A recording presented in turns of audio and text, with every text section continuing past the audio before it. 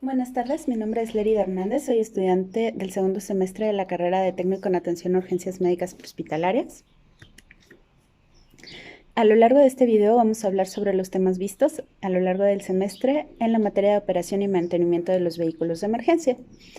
Aquí en la primera parte vamos a resaltar la importancia de lo que es el marco jurídico. Esto es desde conocer lo que es la Constitución Política de los Estados Unidos Mexicanos, la Ley General de la Salud, la Ley General de Educación, el Código Penal Federal y sobre todo resaltar y conocer algunas normas que nos van a regular durante nuestro actuar a lo largo de nuestra vida profesional.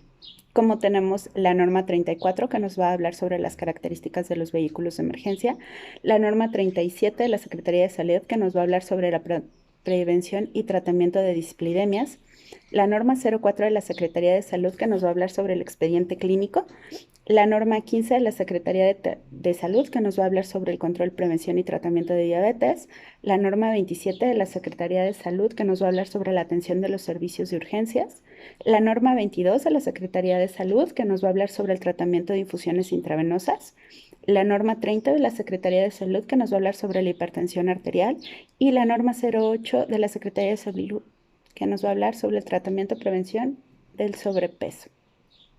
Si bien no tenemos que memorizar todas estas normas, es importante que sepamos que existen, porque al final el desconocimiento no nos va a eximir de la culpa si es que caemos en alguna infracción o mala ejecución de algún procedimiento. ¿Qué es el marco legal? Es un marco jurídico que rige y regula todas las actividades relativas a un proceso que comprende las normas constitucionales. Dentro de las actividades de rescate o urgencias médicas hay responsabilidades morales, éticas y legales. ¿Cómo vamos a diferenciarlas? Bueno, la responsabilidad moral es una responsabilidad autoimpuesta, de acuerdo a nuestras creencias sobre lo que está bien y lo que está mal. Después tenemos la responsabilidad ética, la cual se origina por los estándares señalados por la sociedad. Y por último tenemos la responsabilidad legal, que esta es impuesta por la ley, la que señala a las personas la forma de actuar en una determinada situación. El derecho a la salud viene marcado en el artículo 4 de la Constitución Política de los Estados Unidos Mexicanos, donde se especifica que toda persona tiene derecho a la protección de la salud, y es esta misma ley la que va a definir las bases y modalidades para el acceso a los servicios de salud. Dentro de este marco legal, en el ejercicio de cualquier acción se puede incurrir en diferentes responsabilidades. Puede ser la responsabilidad civil, la responsabilidad penal y la responsabilidad administrativa. La responsabilidad civil se deriva de la relación contractual entre médico-paciente, donde el paciente manifiesta su voluntad de recibir un tratamiento porque ya tiene un conocimiento informado y la forma en la que va a expresar su voluntad de aceptarlo o negarse. Esto lo va a marcar la norma oficial mexicana de la Secretaría de Salud 186. O por el artículo 81 del reglamento de la ley de la Secretaría de Salud también nos habla de que en caso de que el paciente no pueda manifestar voluntariamente el consentimiento de algún tratamiento, bueno, puede hacerlo a través de algún familiar o tutor. Dentro de la responsabilidad penal siempre vamos a estar hablando del Código Penal Federal. Este nos puede ser por 3 acciones o por 3, nos pueden acusar por 3 situaciones. Uno es de acción, de estar haciendo las cosas pero mal. Otro por omisión, de no realizar lo que se tiene que hacer. Y comisión por omisión, que es olvidar lo que se tiene que hacer. Y los delitos se van a clasificar en 2, en doloso y en culposo. Un delito doloso se obtiene como resultado de querer hacer daño y un delito culposo es el resultado obtenido como consecuencia de un acto no intencional. Es decir, yo no quería que pasara eso, pues pero al final lo que hice pues provocó que pasara. Dentro de los delitos culposos existen varios, entre los que podemos resaltar lo que es la negligencia, que se refiere a tener el conocimiento sobre lo que se tiene que hacer pero no hacerlo. La impericia es actuar sin los conocimientos o habilidades necesarios. Hiperintencional, que se presenta siempre que existe la intención de causar daño. Dentro de la responsabilidad administrativa, vamos a hablar de todas las irregularidades que pueden ocurrir en el cuidado de una persona, la cual va a causar un daño. Dentro de la Declaración Universal de los Derechos Humanos, el artículo 3 habla sobre que todo individuo tiene derecho a la vida, a la libertad y a la seguridad de su persona, lo cual nos deriva, a cuidar todos sus derechos. Dentro de la Ley General de la Salud, la cual surge del artículo 4 de la Constitución Política de los Estados Unidos, nos va a decir que es de aplicación en toda la República y sus disposiciones de orden público e interés social. En la Ley General de la Salud, en el artículo 4 nos va a hablar sobre la clasificación de los servicios de salud, el cual es de atención médica, de salud pública o de asistencia social. También es en el artículo 32, donde nos va a hablar de la atención médica, que es el conjunto de servicios que proporcionan a un individuo con el fin de proteger, promover y restaurar la salud. Es por eso que las actividades se clasifican en preventivas, curativas o de rehabilitación. Aquí también vamos a hablar del derecho del usuario a recibir atención médica, en el cual él tiene derecho a una atención profesional y ética, a un trato respetuoso y digno, a recibir suficiente información clara, oportuna y veraz para poder decidir libremente sobre la aplicación de algún procedimiento diagnóstico o terapéuticos ofrecidos. Dentro del artículo 79 de la Ley General de Salud y el artículo 37 de la Ley de Salud del Distrito Federal, nos habla de que dentro del campo de atención prehospitalaria, los prestadores de servicios deben contar con una certificación. Dentro de la norma 34 de la Secretaría de Salud, nos habla de establecer los criterios mínimos con los que debe cumplir la atención médica prehospitalaria, las características principales del equipamiento e insumo de las unidades móviles. Esta norma va a definir como ambulancia una unidad destinada para la atención médica prehospitalaria, diseñada y construida para proveer la comodidad y la seguridad de la atención. Aquí va a haber 3 clasificaciones, que va a ser la terrestre, la aérea o la acuática. Una ambulancia va a constar de una cabina para el operador de la ambulancia, piloto o copiloto, y un compartimiento destinado para la atención del paciente. Los tipos de ambulancia, ya sean terrestres, aéreas o acuáticas, se van a dividir o van a tener una subclasificación como ambulancia de traslado, que está destinada al traslado de pacientes ambulatorios que no requieren atención médica de urgencia ni cuidados críticos. Después tenemos las ambulancias de urgencias básicas, destinadas al servicio de pacientes que requieran atención médica prehospitalaria mediante un soporte básico de vida, las ambulancias de urgencias avanzadas destinadas al servicio de paciente que requieran atención médica prehospitalaria mediante soporte avanzado de vida. Y por último vamos a tener la ambulancia de cuidados intensivos, la cual está destinada al servicio de pacientes que requieran atención médica prehospitalaria que por su gravedad requieran soporte avanzado de vida y cuidados críticos. ¿Cuáles son las disposiciones generales de las ambulancias? Bueno, que toda persona que preste atención médica prehospitalaria a bordo de una ambulancia debe tener una formación específica y recibir capacitación periódica. Deberán ser utilizadas únicamente con los propósitos señalados y notificados mediante el aviso de funcionamiento respectivos, y queda prohibido transportar o almacenar cualquier material que ponga en peligro la vida o salud del paciente. Deberán apegarse a las disposiciones aplicables en materia de tránsito, control de emisiones contaminantes y el uso de mar territorial o espacio aéreo. Deberán participar en las tareas de atención de incidentes o accidentes con múltiples víctimas y en los casos de desastre bajo coordinación de las autoridades pertinentes. Dentro de estas disposiciones también encontramos que deberán cumplir con las disposiciones para el manejo de residuos peligrosos, biológicos o infecciosos de conformidad con lo establecido con la norma oficial mexicana 52. Deberán cumplir con las disposiciones que para la utilización del equipo de seguridad, protección de pacientes y personal que proporciona los servicios. También deberán dar mantenimiento a las ambulancias conforme a las disposiciones aplicables, dar mantenimiento preventivo o correctivo al equipo médico a bordo, ambulancia, y registrar dicho material en la bitácora correspondiente. ¿Por qué es importante dar todo este mantenimiento? Bueno, porque no podemos arriesgarnos en una situación de emergencia, pues que la unidad falle, resulta que tiene un desperfecto, que se apaga, que ya no arranca, o que el equipo con el que contamos está caduco, está incompleto o no cuenta con las condiciones, porque entonces no puedes brindar una atención. ¿Sale? Dentro de estas disposiciones generales, también nos va a hablar de que todas las ambulancias deben contar con rótulos en material reflejante y controles contrastantes de la siguiente forma. Deberán portar al frente y a los costados y en la parte posterior la leyenda de ambulancia. En la parte frontal de su imagen deberá ser en espejo, es decir, invertida. Y el tamaño debe ser por al menos de 10 centímetros. Además, en los costados debe especificar el tipo de ambulancia que se trate, es decir, si es de traslados, de urgencias básicas, avanzadas o de cuidados intensivos. Especificar la institución a la que pertenece, razón social o número económico de la unidad. El toldo, cubierta o fuselaje debe especificar el tipo de ambulancia, institución o razón social y el número económico de la unidad en un tamaño no menor a 40 centímetros. ¿Sale? Deberá contar con un sistema de iluminación, de advertencia a base de lámparas que emitan luces rojas y blancas de manera intermitente sobre el toldo con una proyección de luces de 360 grados y visibles a una distancia de al menos 150 metros.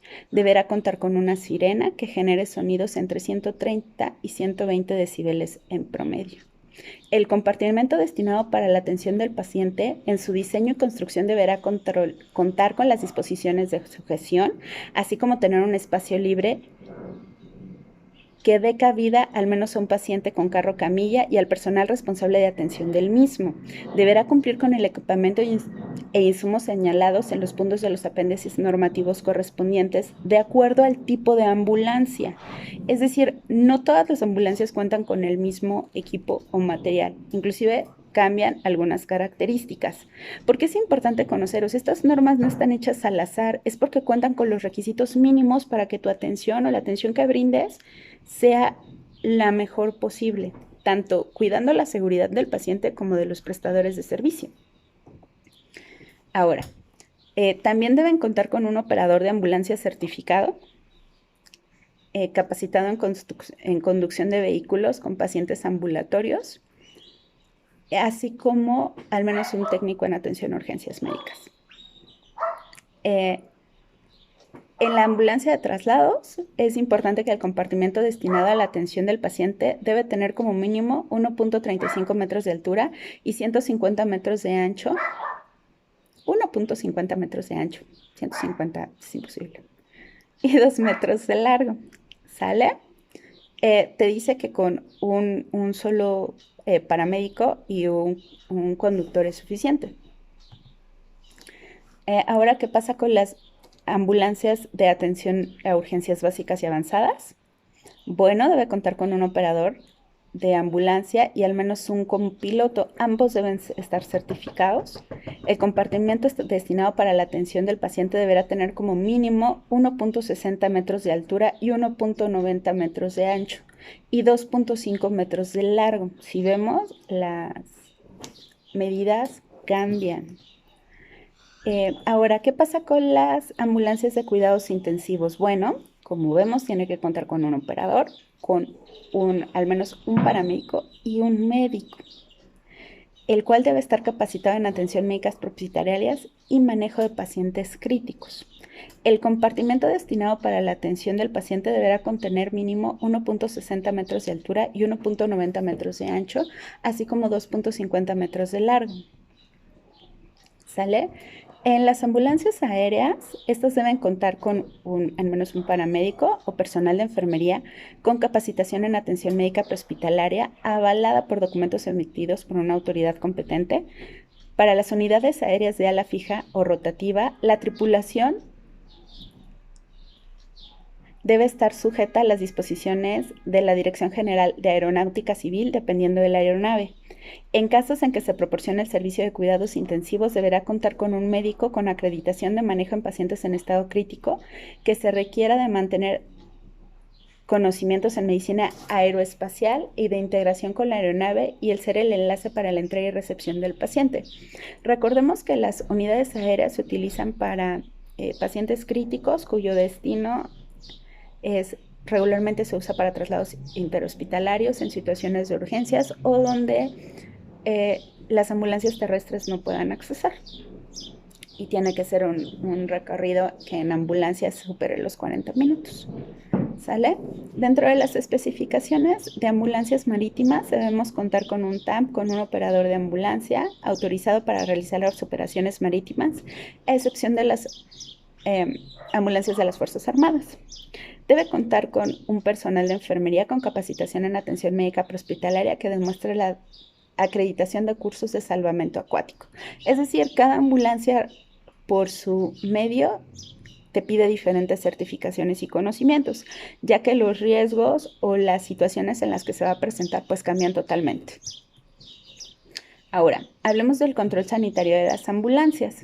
Es necesario garantizar el cumplimiento de los requerimientos mínimos indispensables de infraestructura y equipamiento de las unidades móviles, como cuáles, bueno, el aviso de función de responsable, la capacitación del personal, el mantenimiento del automóvil, el mantenimiento preventivo y correctivo del equipo médico, el registro sanitario con fechas de caducidad de medicamentos e insumos, el cumplimiento con las disposiciones de manejos de residuos peligrosos.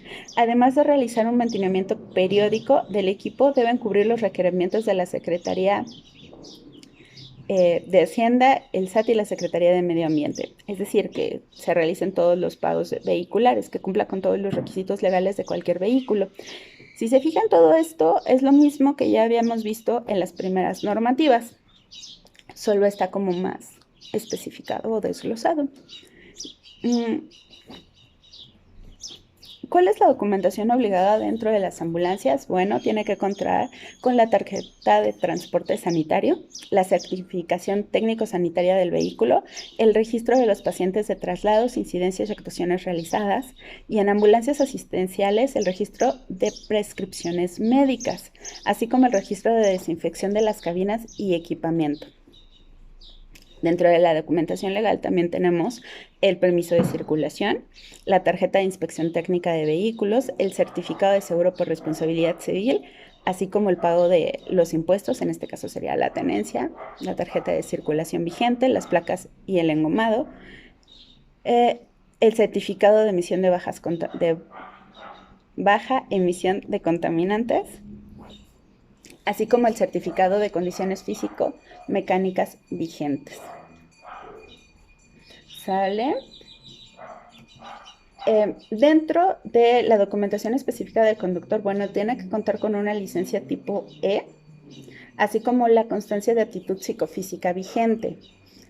Aquí es muy importante resaltar las características específicas del operador de vehículo de emergencias. ¿Qué pasa si un operador no cuenta con esta constancia de aptitudes psicofísicas? Es decir, que no nos garantiza que mental y físicamente está en completo uso de sus facultades.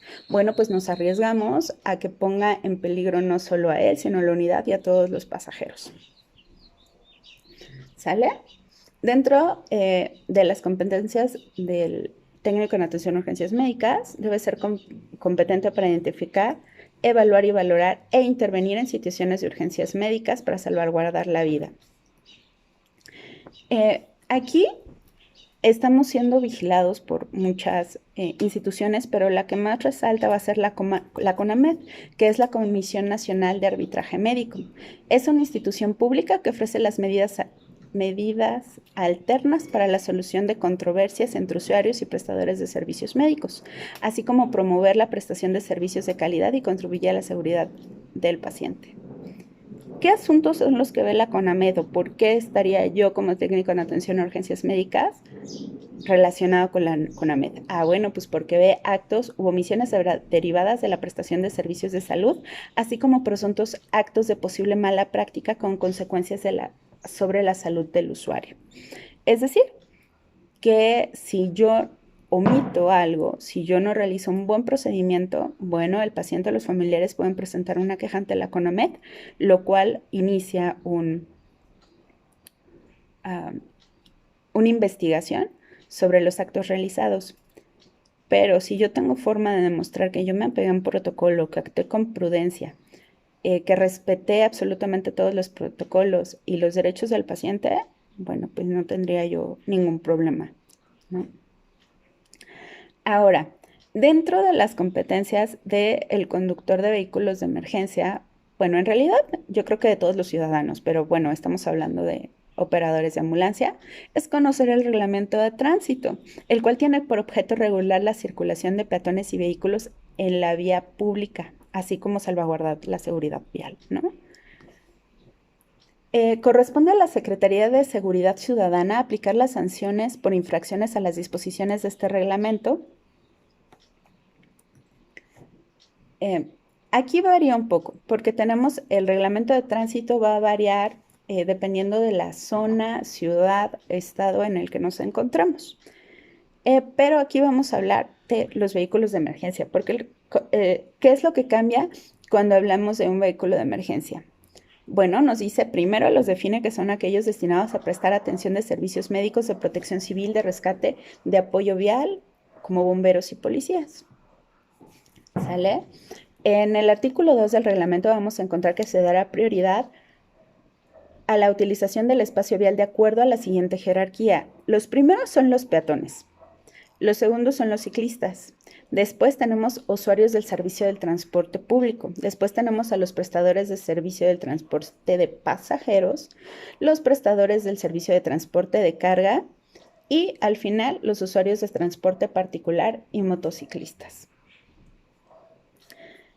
Dentro del reglamento de tránsito, en el artículo 13, vamos a ver que en caso de emergencia o siniestro o desastre, los vehículos de emergencia que circulen con luces encendidas y señales audibles, siempre y cuando tomen las medidas de seguridad, pueden desatender la señalización vial, transitar en sentido contrario, exceder los límites de velocidad, desatender las reglas de preferencia de paso y proseguir con luz roja, circular por los carriles de contraflujo confinados y exclusivos para el transporte de pasajeros o estacionarse o detenerse en lugares prohibidos, siempre que estacionarse en ese lugar no pueda generar un mayor daño. O sea, yo, no, aunque sea un vehículo de emergencia, no me puedo estacionar enfrente de una toma de agua, por ejemplo.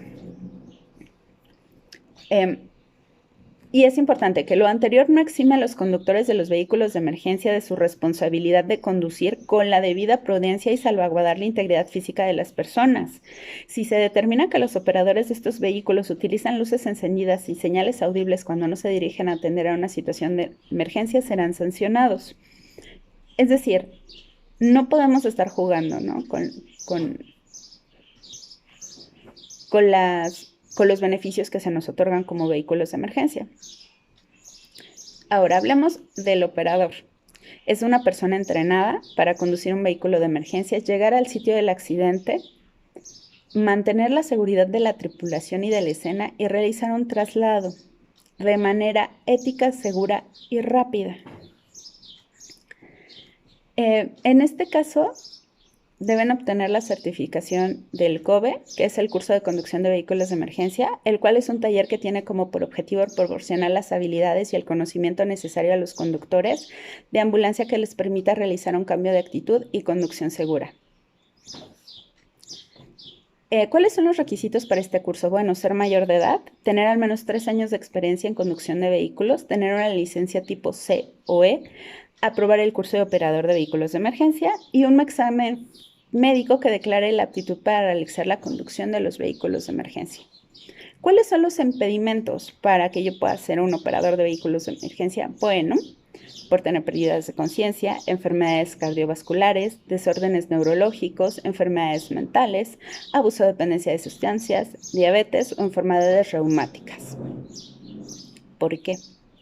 Porque bueno, si yo estoy a cargo de una unidad y es mi responsabilidad no solo la unidad, sino también los pasajeros, y cuento con una enfermedad y un antecedente que pueda mermar mi capacidad de reacción o comprometer mi compromiso, pues ya no soy una persona segura.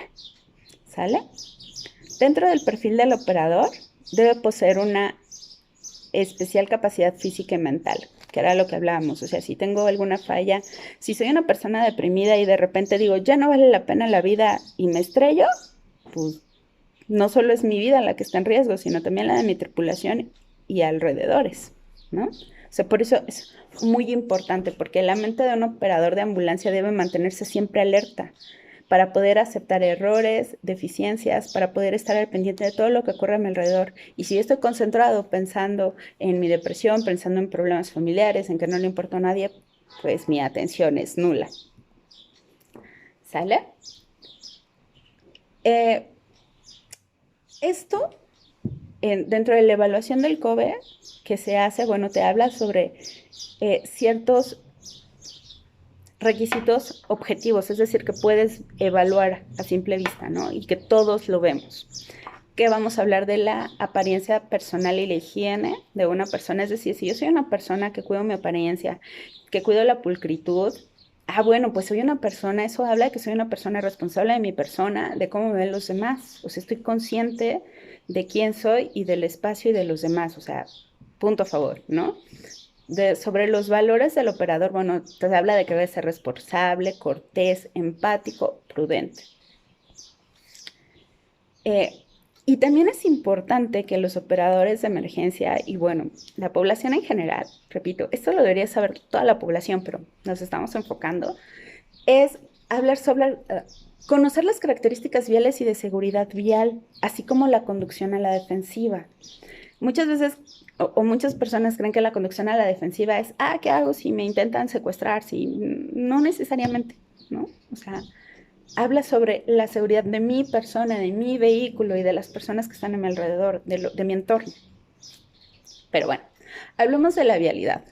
Las vías de transporte están destinadas fundamentalmente a servir al tránsito de paso y a dar acceso a la propiedad colindante, ¿sale? Es decir, que podemos llegar de un punto A a un punto B. Vamos a tener dos tipos de vías, las carreteras y los caminos. Una carretera es una vía caracterizada de alto diseño, proyectada por acomodar importantes volúmenes de tránsito de paso circulando a velocidades elevadas. Su función es permitir el traslado ininterrumpido a elevados volúmenes de demanda de tránsito.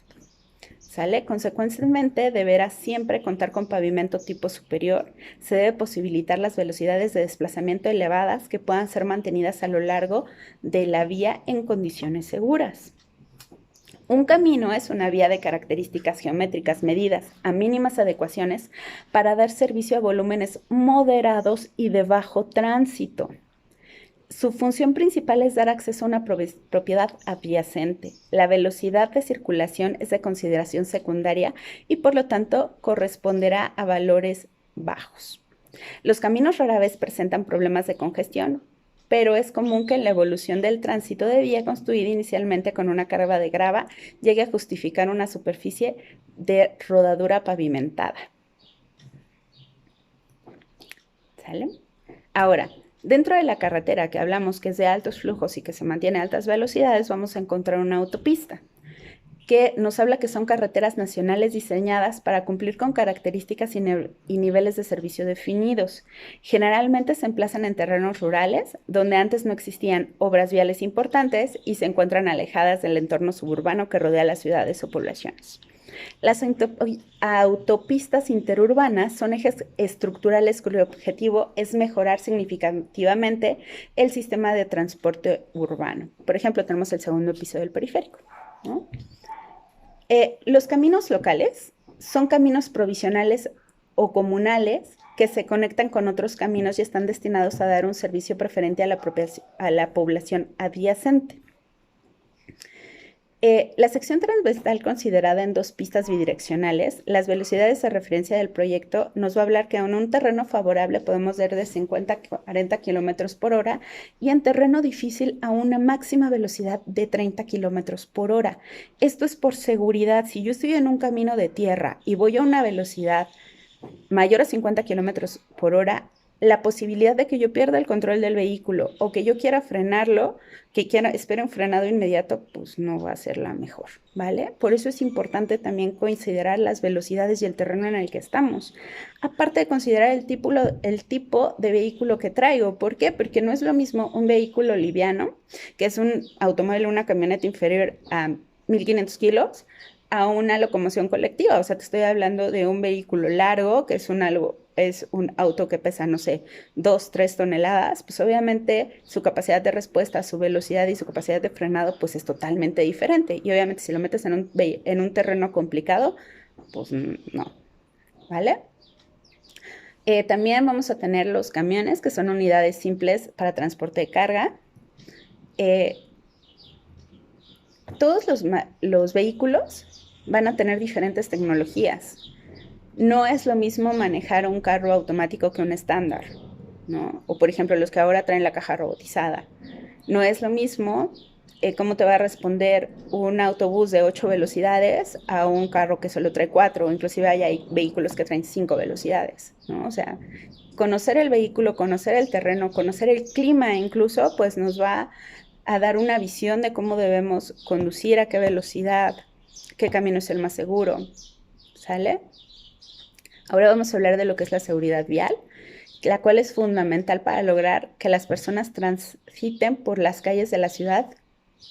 Sobre todo vamos a cuidar a los transeúntes más vulnerables, como son personas con discapacidad, los peatones o los ciclistas, que como vimos en el reglamento de tránsito, pues son a los que se les va a dar prioridad. Esto que busca garantizar la seguridad vial, es necesario contar con ciudades rehabilitadas que fortalezcan la cohesión comunitaria y mejoren la calidad de vida de las personas. Esta parte se puede prestar a ser subjetiva, pero también te dice que tiene que tener características mínimas, como todo en esta vida. Vamos a hablar de lo que es la seguridad activa, que tiene como por objeto principal evitar que un accidente suceda. Se aplica el factor humano a los vehículos y a las vías. Por ejemplo, un elemento de este tipo de seguridad son las vías que estén señaladas, revisar que el vehículo cuenta con frenos ABS, el factor humano y la velocidad adecuada a la que se conduce. Es un elemento de seguridad activa, ver que el automóvil esté en buenas condiciones, respetar las señales de tránsito, alertar sobre el cambio voluntario de carril, es decir, poner mis intermitentes. Es decir, es todo lo que estoy haciendo para garantizar que mi conducción sea segura. Pero también hay una seguridad vial pasiva, que comprende a una serie de dispositivos cuya misión consiste en tratar de disminuir al máximo la gravedad de lesiones producidas en la víctima de un accidente. ¿Cuáles son? Pues las bolsas de aire, pues el cinturón de seguridad, pues colocar mi asiento en un ángulo de 90 grados para, en caso de colisión, disminuir el riesgo de lesiones cervicales o, bueno, minimizar los daños. Por ejemplo, si soy un motociclista, utilizar el casco, coderas, el traje adecuado para, en caso de un derrape, pues minimizar los daños. ¿Sale? ¿A qué le llamamos conducción a la defensiva? Bueno, es el manejar de una forma de conducción responsable, no solo para con nosotros, sino para con el entorno, donde sobre todo nos vamos a basar en la observación, la anticipación y la separación en caso de algún accidente o en alguna situación que nos pueda poner en riesgo. Las características de la conducción defensiva es que es consciente, que no debe conducirse si se encuentra bajo el estado de ebriedad, con sueño o enfermo, respetar las normativas de tránsito y mantener una actitud siempre respetuosa con los demás. Todo esto que resumí en estos minutos son temas muy amplios que no deben ser tomados a la ligera. Si bien no podemos, o es muy difícil que memoricemos el reglamento de tránsito, pero sí saber cuáles son los puntos, en qué momento yo estoy incurriendo en una falta o en qué momento puedo romper ese reglamento. ¿Por qué es importante que las personas a bordo de una ambulancia tengan que contar con ciertas certificaciones? Porque una unidad debe contar con ciertas características. Todo esto está basado en normas, las cuales son revisadas por expertos y que se le van haciendo adecuaciones de acuerdo a todos los casos reportados. Estar detrás de un volante, o sea, mover un carro cualquiera lo puede hacer, pero realmente manejar, enfrentarte al tránsito, a situaciones adversas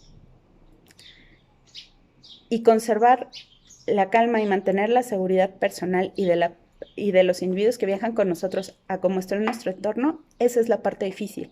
Y conocer todas estas características y todas estas habilidades, pues nos va a garantizar una buena convivencia y sobre todo, y más importante, nuestra seguridad.